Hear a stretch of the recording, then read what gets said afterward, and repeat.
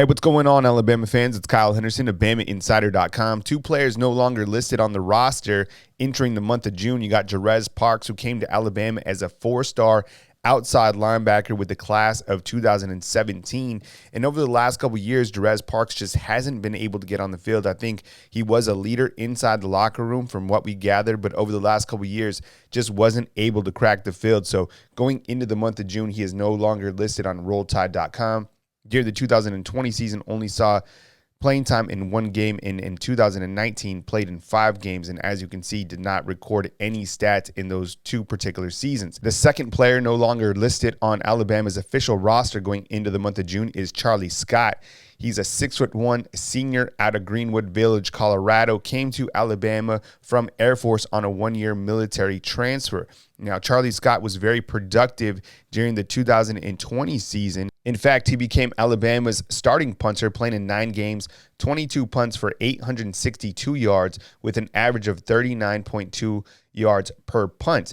Alabama just added Jack Martin from Troy. He's going to be in the mix for that starting punter position going into the 2021 season.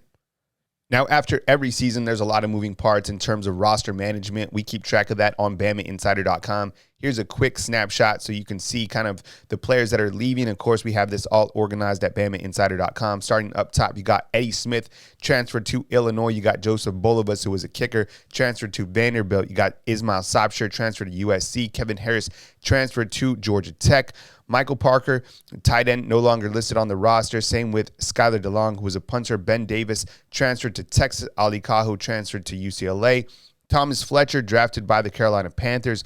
Brandon Turnage, transferred to Georgia. Ronald Williams, transferred to Michigan State. Joshua Lanier, no longer listed on the roster. Charlie Scott, as we just talked about, no longer on the roster. Same with Jarez Parks. And, of course, you kind of account for all the players that were also drafted in the first and second rounds from Alabama.